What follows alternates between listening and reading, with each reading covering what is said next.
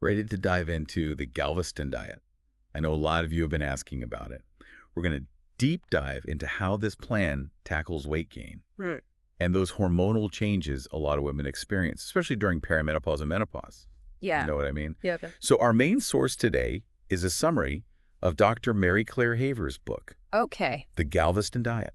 You know what I find so intriguing about Dr. Haver's approach is that she focuses on the science behind all of those frustrating hormonal shifts. She Right. goes really deep into how estrogen, progesterone, and even cortisol Yeah. play a role in our metabolism and how our bodies decide like where to store fat. It's such a relief because it feels like for so long it's just like, oh, you just got to have willpower. You just Yeah. gotta try harder. Right. But it's like, no, no, no. There are actual biologic Yeah. changes happening. Absolutely. And Dr. Haver points out that these hormonal fluctuations actually make traditional weight loss methods like Okay. calorie restriction alone much less effective. So it's like we're using the wrong formula. Yeah. Yeah. Exactly. You need a more We need a more advanced approach. nuanced approach, and Yeah. that's where the Galveston diet comes in. Okay. It's not just telling you what to eat, but explaining why those choices actually matter. Uh-huh. And one of the core principles of the diet is actually tackling inflammation. Okay, so inflammation, I feel like that's such a buzzword lately. Like everyone's talking about inflammation. Yeah. So why is it such a big deal? For women, especially in this stage of life. Well, think of chronic inflammation as like a low-grade fire just kind of simmering in your body. Okay. It messes with your metabolism. Hmm. It can make it harder to lose weight and even contribute to those symptoms we were talking about. The hot flashes. Yeah, the hot The flashes, fatigue. the fatigue, brain fog, the whole shebang. I never thought about it being connected to all that. Yeah. So how does the Galveston diet actually fight inflammation? What's the secret weapon? Choosing foods that have anti-inflammatory properties. Okay. Think vibrant fruits and veggies packed with antioxidants. Oh. Good fats like avocados and olive oil, and lean protein sources like fish and chicken. Okay, so not just deprivation and like, No. bland salads. It's about making delicious choices Yeah. that support your body. And this is where it gets interesting Yes. because Dr. Haver incorporates intermittent fasting into the plan.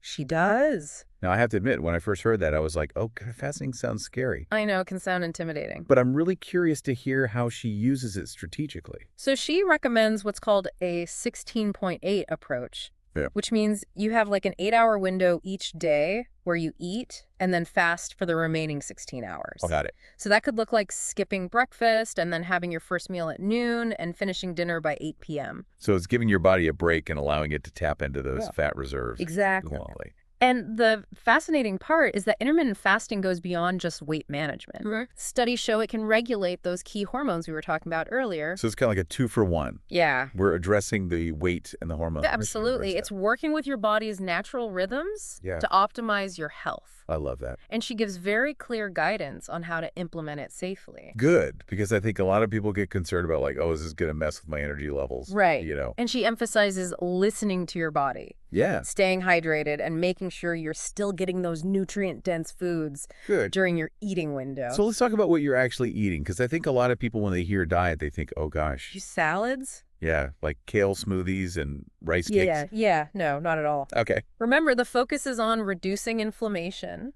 Uh-huh. and supporting hormonal balance. Okay. And that involves a lot of really delicious and satisfying foods. Okay, so what are the staples?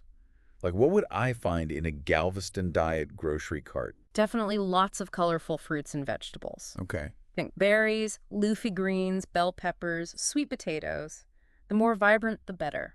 I love that emphasis on antioxidants because it's like these little warriors Yes. fighting off those free radicals That's all. and then, contributing to that inflammation. Yes. So we've got our colorful veggies. And then we have those healthy fats.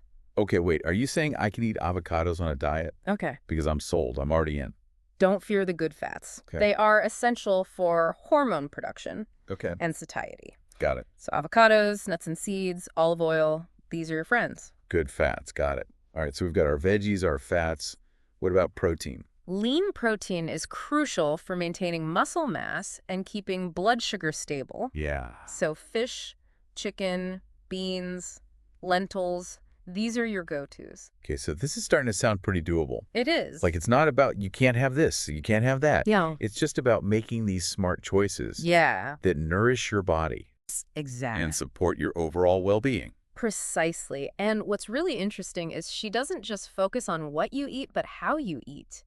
Oh, it's She emphasizes those mindful eating practices. like slow down. Yes. Pay attention. Pay attention to your hunger cues. Savor each bite. It's more about the relationship with the food and not just viewing it as fuel. Exactly. A more holistic approach. I love it. Okay, so we've covered kind of the basics of the diet, Yes. but I need some evidence. Okay. I'm a very evidence-based person. I like that. So let's talk about the science. Yes. Does the research actually support these claims? Well, that's where things get really exciting. Okay. There is a growing body of research that supports the benefits of both intermittent fasting and an anti-inflammatory diet, Okay. particularly for women experiencing these hormonal changes. All right, so let's dive into that research after a quick break. Sounds great. Welcome back. We're back. We're deep diving into the Galveston Diet, and we're going to explore that science. Yes. You were just about to break down some of that research for us. Yeah, there's a lot of buzz around intermittent fasting. Yeah. And for good reason. Studies show that it can have a really positive impact on insulin sensitivity. Okay. And I know for women going through menopause, that's a big deal Yes, because we become more prone to insulin resistance. absolutely. It's like our bodies aren't quite as good at using that glucose for energy. Exactly. And so when our cells become resistant to insulin, Okay. glucose can't enter them as efficiently. Yeah. So you end up with elevated blood sugar levels Right. and potentially type 2 diabetes. Okay. Intermittent fasting can help reset that whole process. So it's really going beyond just giving your system a break. Yeah, It's really about it's improving. improving that energy regulation. Exactly. Yep. And here's another fascinating tidbit. Okay. Some studies suggest that intermittent fasting might actually play a role in balancing estrogen levels. What? That's incredible. Yeah, which can fluctuate like crazy During menopause, yes. during menopause. So it's potentially addressing multiple Right. hormone imbalances at once. Exactly. And then there's that anti-inflammatory aspect of the Galveston diet. Yeah? Chronic inflammation is like that silent saboteur Oh, contributing to everything, like we said. from weight gain to fatigue to even more serious issues. Wow. Yeah. So by reducing that, we're essentially creating a more favorable environment for our cells to function properly. Exactly. You're giving your body the tools it needs to heal and thrive. This is all starting to click for me. Good. It's not just about fitting into a certain size. No, It's about creating a lifestyle that supports our overall health I couldn't agree more. as we age. Yes, the Galveston diet encourages a more holistic approach I love that word. to weight management and hormonal balance. Yeah. It's not about those quick fixes or extreme restrictions. Right. It's about making changes you can stick with. Yeah, like it has to be sustainable. Ex- Otherwise, it's just going to backfire. Absolutely. So what about those tricky situations like social gatherings Ah, yes. or dealing with cravings? Well, social situations can be tough. Yeah. When everybody else is indulging. Yeah, and you're trying to stick to your Right. plan. Communication is key, I think, in those situations. Oh, good point. Yeah. Don't be afraid to explain your choices to your friends and family. Yeah, Most people are understanding and supportive once they know why. once they know what you're doing and why. Yeah. And sometimes it means making strategic choices, you know? Yeah. Maybe having a smaller meal before you go out or, focusing on healthier options on the menu. Right. Picking and choosing. Exactly. Find a balance that works for you and your social life. And cravings. Cravings. Those are tough, Those are tough, especially in the beginning. especially in the beginning When you're transitioning when your body's adjusting. to a new way of eating. Remember those healthy fats and lean proteins? They're your secret weapon against cravings. Okay. They keep you feeling full longer, Yeah. and they can really help regulate those hunger hormones. Okay, so it's not just about like white knuckling it No. and like just getting through it. It's about making sure you're giving your body what it needs. Yeah. So it's not even thinking about those cravings. Okay. And sometimes it's just about finding healthier alternatives. You know, Yes. if you're craving something sweet, Yeah. reach for a piece of fruit Oh, yeah. or a small square of dark chocolate instead of that sugary processed snack. Yeah. Those little swaps make a big difference. They do. So before we wrap up this first section, Okay. I want to touch on something that Dr. Haver really emphasizes in her book, Yes. stress management. Ah, yes, the stress hormone connection. Yes. Why is that so important when it comes to the Galveston diet?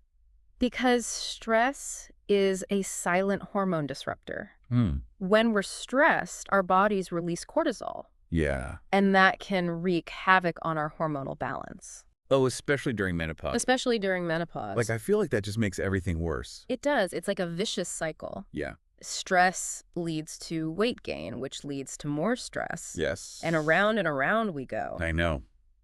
It's like my life. That's why Dr. Haver encourages women to incorporate stress-reducing practices into their routine, What kind of things? whether it's yoga, meditation, spending time in nature, Okay. whatever helps you unwind Yeah. and de-stress. So finding those moments of peace Yes. in the chaos. Exactly. And remember, stress management isn't just about feeling calmer. Right. It's about creating that internal environment where your hormones can actually function optimally. So we're supporting our hormones Absolutely. to do their job. Exactly. I think that's a great place to pause. I agree. We've covered a lot of ground in this first section of our deep dive into the Galveston diet. We have. We've talked about the science behind it, those key principles of reducing inflammation, Yes. incorporating intermittent fasting, Yes. choosing those nutrient-dense foods, Right. and of course, managing stress. Such a big one. But we're just getting started. We are. So stay tuned for the next part of our deep dive where we're going to be sharing practical tips and strategies for actually putting all of this into action in your daily life. I'm excited for that. Me too. We'll be right back after a quick break. All right, so we're back and ready to dig a little deeper into this whole Galveston diet thing. Yes. You know, we were talking about how to make this a part of everyday life. Yeah. But one thing that can be kind of intimidating Mm-hmm. is that intermittent fasting piece. Right. So how do you actually make that work? Like, what are some practical tips? One of the biggest things is starting slowly. Okay. Don't try to change everything all at once. Yeah, don't go cold turkey. Yeah, exactly. Just ease into it. Exactly. So maybe start by incorporating more anti-inflammatory foods into Yeah. your meals. Okay, so just those little changes. Yeah, like those colorful veggies, Yeah. healthy fats, lean proteins. Go. We talked about. Yeah, just start there. Yeah. And then work your way up. Exactly. Yeah. And when it comes to the fasting piece, Yeah. she also suggests easing into that. Okay. So you might start with like a 12-hour fasting window Okay. and gradually increase that to 16 hours. Okay, so your body can kind of adjust. Yeah, your body needs time to adjust. It's not just about like flipping a switch. No, definitely not. It's a process. It's a process. And she gives a lot of helpful tips Oh, good. in her book. Okay. For example, she talks about staying hydrated, Yeah, especially when you're fasting. That's got to be. especially during your fasting window. Yeah. So sipping on water, herbal tea, or even black coffee can help Yeah. with those hunger pangs. Yeah, like I know for me, if I'm feeling hungry, a lot of times I'm just actually dehydrated Exactly. and I just need to drink some water. Absolutely. So she also talks about meal planning. Yes. Meal planning is huge. It's so important. Having those healthy meals and snacks prepped ahead of time can really set you up for success. Yes, because if you're starving and you're like, oh my gosh, what am I going to eat? Yeah. That's when you're going to make those bad decisions. Exactly. You're going to reach for whatever's convenient. Exactly. And it's not always the healthiest choice. Not usually. Yeah, and remember, it's not about deprivation. Okay. She's got a lot of delicious recipes in her book. Good, because if it's boring food, I'm out. Yeah. Like, I got to It's enjoy got to be enjoyable. what I'm eating. Exactly. So let's talk about some of the challenges because I think it's important to be realistic. Yeah, You know, any lifestyle change is going to come with some hurdles. absolutely. So what are some things that people might struggle with when they're trying to follow the Galveston diet?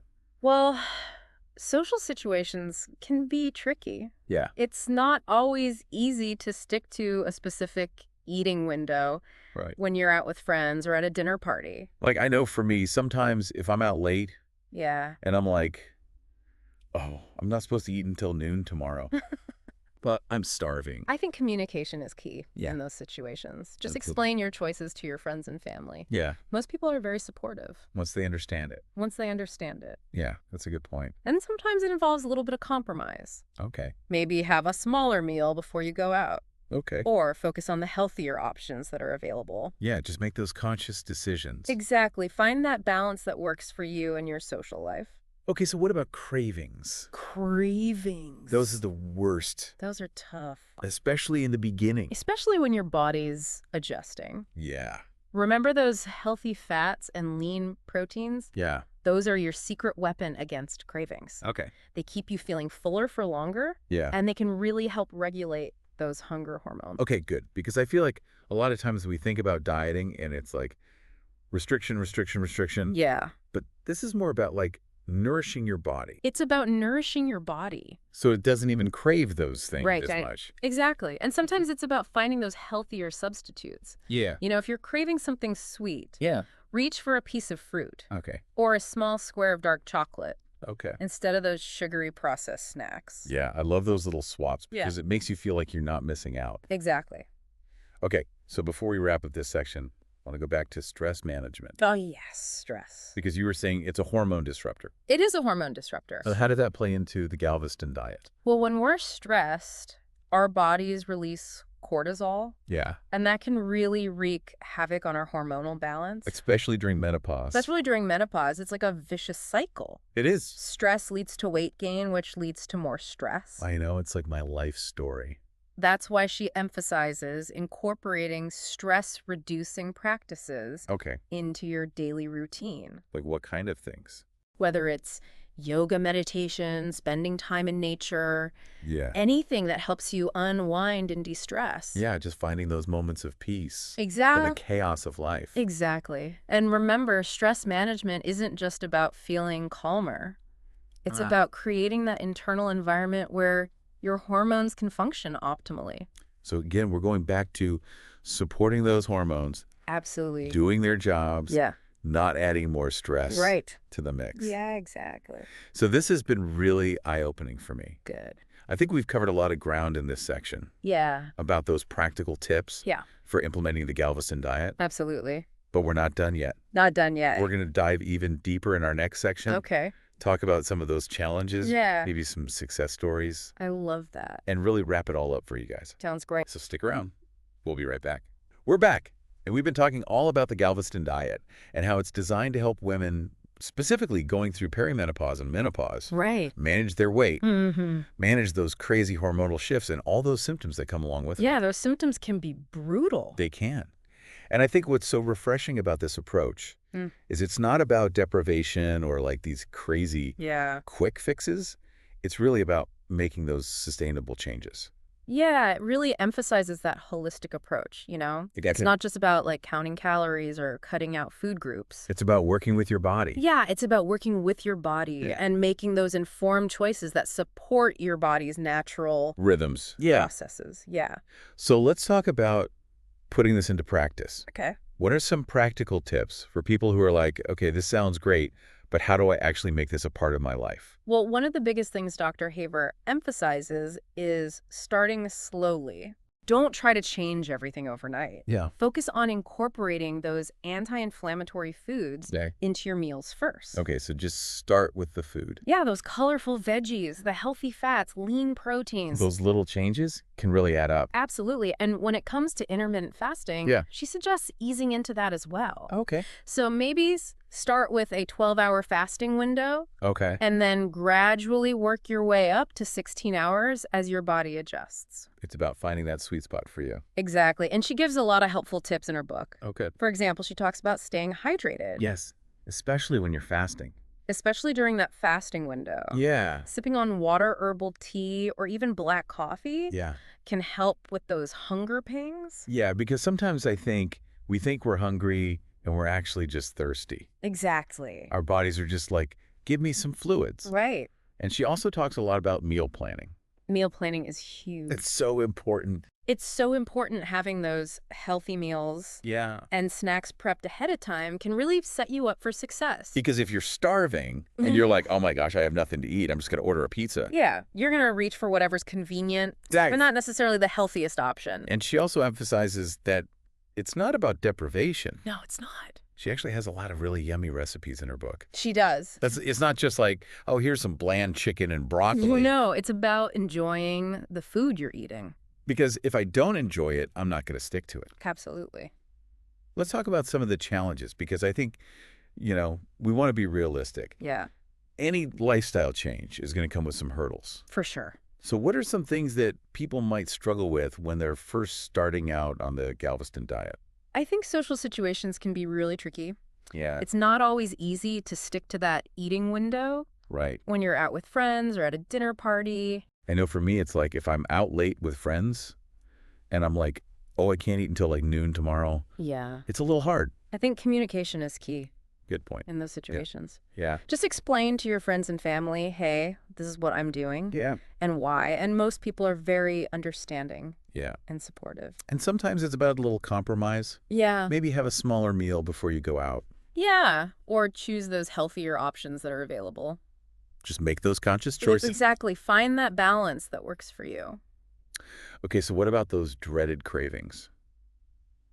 Cravings are tough, They are. especially in the beginning. Yeah, when your body's like, what is going on? Remember those healthy fats and lean proteins? Yes. They can really help with those cravings. Okay. They help keep you feeling full, and they help regulate those hunger hormones. So it's about giving your body what it needs. Exactly. So it doesn't even send those crazy craving signals. Right. And sometimes it's about finding those healthier substitutes. Yeah. You know, if you want something sweet, Yeah. grab a piece of fruit or a small square of dark chocolate Right. Instead of the processed stuff. instead of the sugary processed stuff. Yeah. I love those little swaps because it makes you feel like you're not missing out. Exactly. So before we wrap up, I want to touch on stress management one more time. yes, Because you were saying it's a hormone disruptor, it is a hormone disruptor. and it can really throw things off balance, It can, especially during menopause. especially during menopause. Like, it's almost like adding fuel to the fire. It is, and that's why she encourages incorporating stress-reducing practices into your routine. So give me some examples. Like, what kind of things can people do? Yoga, meditation, spending time in nature, Yeah. anything that helps you unwind and relax. It's those little moments of peace Exactly. to counteract all the chaos. And remember, stress management isn't just about feeling calmer. Right. It's about creating that environment internally where your hormones can function optimally. It's about supporting our bodies Absolutely. to do what they need to do. Exactly. So as we wrap up our deep dive into the Galveston Diet, what are your final takeaways?